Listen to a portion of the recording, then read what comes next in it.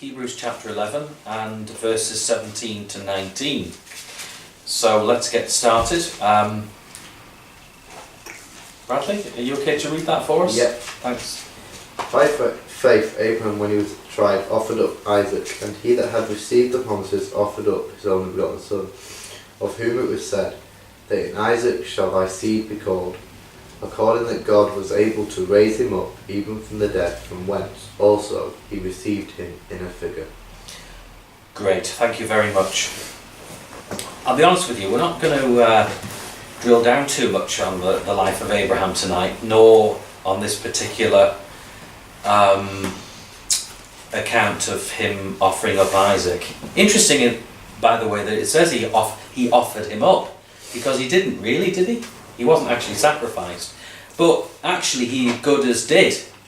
So faithful was he that he did it really, and it took an angel to intervene. Yeah? It took an angel to intervene. That's incredible, isn't it? I mean, imagine if you were asked to do the same.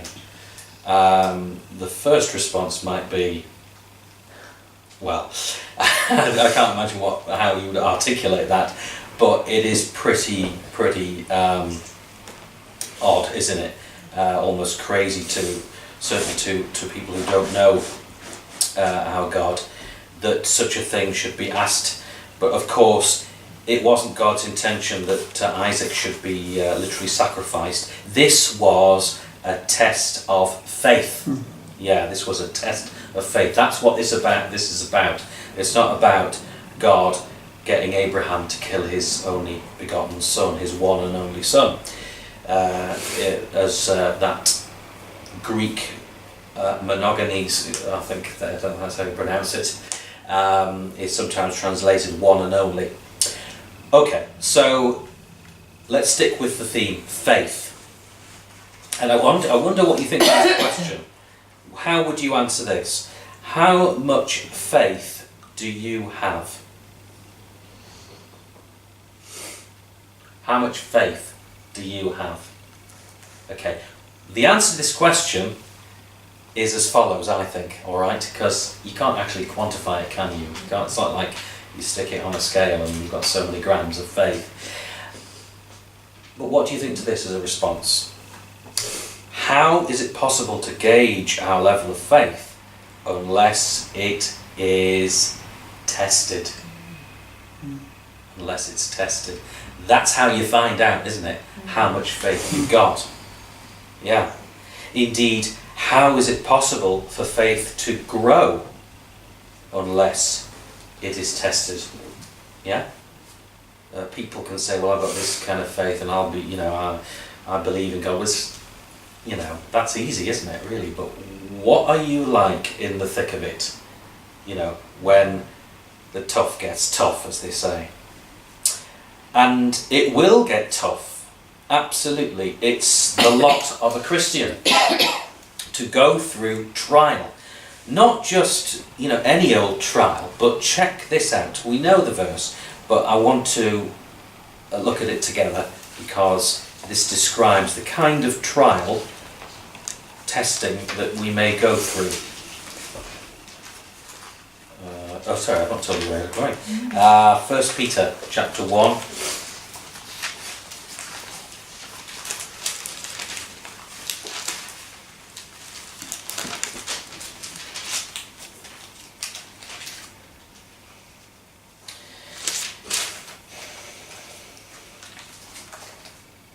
Yes, so in verse 7 of chapter 1, that the trial or test of your faith, being much more precious than of gold that perisheth, though it be tried with fire, might be found unto praise and honour and glory at the appearing of Jesus Christ. Tried with fire. Ooh, that's going to hurt, isn't it? Yeah. I googled the melting point of gold, alright, and would you believe it, it's a lot more than I thought it was. Gold melts at 1062 degrees centigrade. That's higher than yeah, that's hot, isn't it? Yeah. Is it getting warm here? 1,062 degrees. Now bear in mind, boiling water is 100 degrees. So it's 10 times boiling water. Alright? Now, according to verse 7, it's as if we're being tried with fire to come forth as something more precious than gold. And the image is of putting gold into a crucible and melting it down and burning off the impurities. And yet Peter chooses to use this, or God through Peter chooses to use this as the kind of imagery that we have of those tests that we will go through. So, if your Christian life is free and easy, I think there might be something wrong. But if there's periods of intense testing, then it looks like God's doing his work. Now, of course, that isn't pleasant, but, okay, I think this is about getting the right perspective. And we're just going to look at that. We're going to look at two particular kinds or ways of looking at trial, okay? Because one of the first reactions when you're going through trial is to run away and not want it and not go through it. But according to Peter, and of course elsewhere, the furnace of affliction, as it calls things in Isaiah, is something that God uses, alright, that allows. And it is, as I said, part of the Christian walk. Did you notice, in fact, that in verse 7 it says that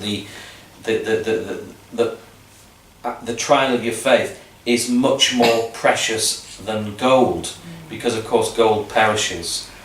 Whereas what hopefully you're learning from this is a kind of faith similar to Abraham's, a faith that isn't going to perish, but that is eternal. It's eternal. It's a fruit of God's eternal Spirit. Now, how does that help you in perspective number one? In terms of perspective number one, when you're going through trial?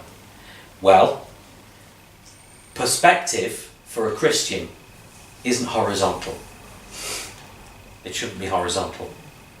Perspective is vertical, isn't it? It's upward, it's Godward. Because that's where our lives matter. Of course, they matter to an extent on the horizontal, but that's always in relation to the vertical.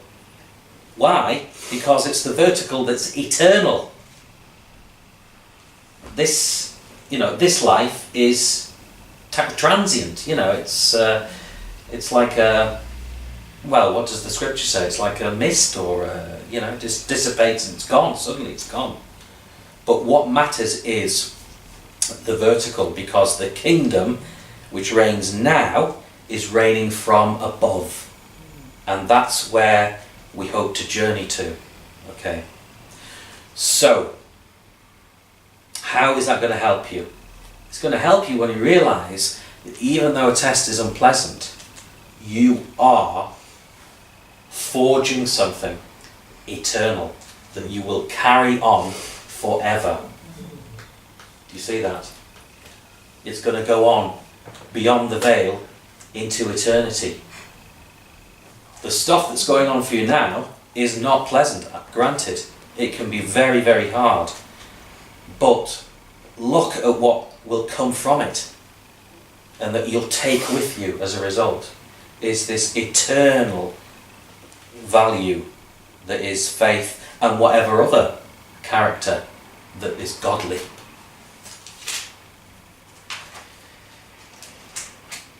I'm sure you'd agree that is worth investing in, surely, because it's a permanent investment, and it's associated with God's reign, which means that if it's a kingdom thing, then it's a forever thing. It's a new heavens and new earth thing. That's why Jesus says, doesn't he, in the Sermon on the Mount, He makes it plain in Matthew chapter 6. Lay up treasures in heaven, where neither moth nor rust corrupt, nor thieves steal. Okay? Because this stuff down here, I'm not saying it doesn't matter, but a lot of it will perish, will go. Now granted, that is easy for me to say, but I'll be honest with you. As I've said to you before, I've gone through it. Yeah, I have. Some really, really tough times, okay? So, and lots of other Christians have and are going through it, okay? But please hold on to the fact that you're storing up treasures in heaven, okay? And just imagine, they're in God's hand now, you see. You can just see that. They're in God's hand. And one day you'll reach out and they'll be there for you in heaven.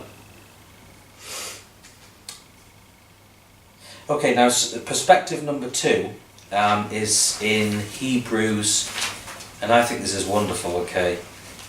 The way Abraham just knows that it's all going to turn out right, because in verse 19, very matter of fact, accounting that God was able to raise him up. Accounting that God was able to raise him up. He was willing and able to go through it because he had this certain conviction that God was able to resurrect him, that he would see him again.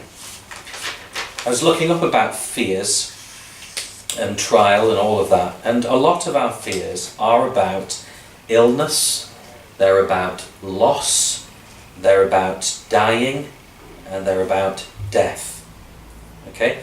Now on the vertical, not all of those, on the horizontal, not all of those can be remedied. Not all of those can be fixed. Okay? Loss, grief, illness, dying, death. Okay? But on the vertical, even though we might not experience it right now in its fullness, we must get that perspective again. Force ourselves, and we're going to look at how we can do that. Remind ourselves of the good news, which is that Jesus has fixed all of those. He really has. He's fixed illness, loss, death, and so on. What's the first thing that I've been reading Matthew recently? What's the first thing he does? Jesus goes into the wilderness. He comes out of the wilderness. He's choosing his disciples. The first thing he does, okay? Matthew 4.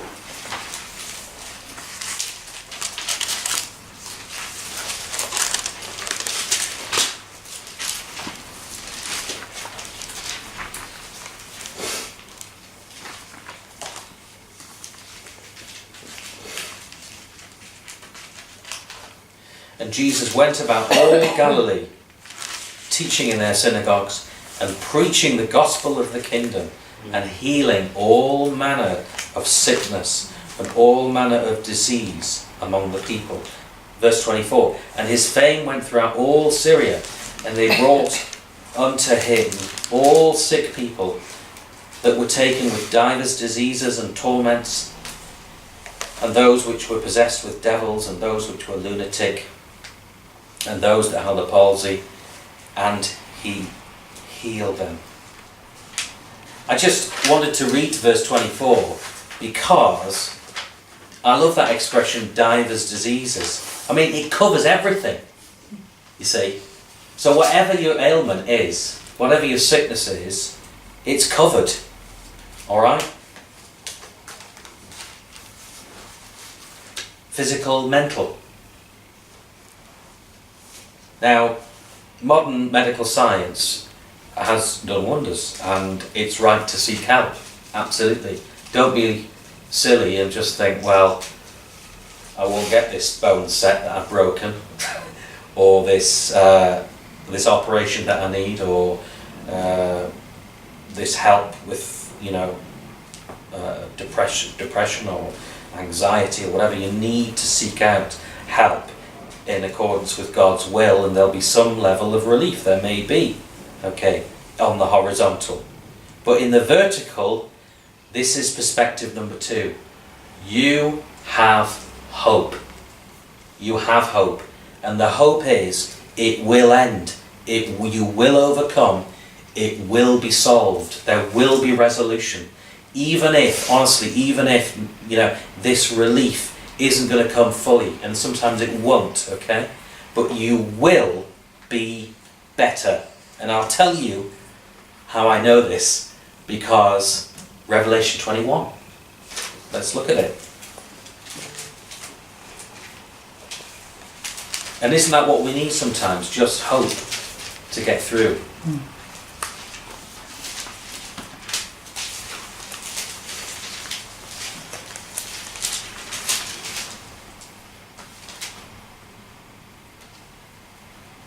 So God is with mankind, we're told, and in verse 4, and God shall wipe away all tears from their eyes, and there shall be no more death, neither sorrow, nor crying, neither shall there be any more pain, for the former things are passed away. Yeah. That's perspective number 2. That it will happen, that one day we'll no longer have pain and sickness and death. And did you notice, if you read on, well, let's read it together in verse 5. And he that sat upon the throne said, Behold, I make all things new. And he said to me, Write, for these words are true and faithful. These words are true and faithful. You've got it there. Incontrovertible, undeniable, unquestionable, inarguable. The hope is sure and steadfast. One day, it will all be over. And fix your eyes on that. If the relief isn't fully coming, fix your eyes on the fact that one day you shall overcome. When all of life is over and our work on earth is done and the roll is called up yonder, I'll be there. I'll be there. So sometimes it's not about the eradication of the problem. Maybe some temporary relief. Yes, a pill may work to some extent. But if there's no eradication, you mustn't give up hope. We have a hope. And we need to take the heavenly perspective. That's why sometimes you see it cheesily quoted. But that's why Psalm 61 verse 2 reads as it does. Not because of cheese, but because seriously, this is going to help. Psalm 61 and verse 2. But it's all too much. When you feel like nobody really understands, when you're just at the end of your tether. Verse 2, From the end of the earth will I cry unto thee, when my heart is overwhelmed. Lead me to the rock that is higher than I. Do you know that one? Read it before? That's what it is. It's getting higher than yourself, than your horizontal perspective. Now I understand that in the midst of that, it doesn't feel so easy. It feels really hard. But that's why the psalmist, David, cries out to God, lead me to the rock that is higher than I. Because you can't do it yourself. You need to get that eternal perspective from our eternal God, who's going to gift you with it. And he will take you there. So, just to recap, 2 things to think about, and this is related obviously to Abrahamic faith and all the faithful ones that are referred to in Hebrews 11. Remember, you're storing up treasures in heaven, and that includes faith itself, which is imperishable, it's eternal, and it's there, waiting, okay? And number 2, you have hope. Okay?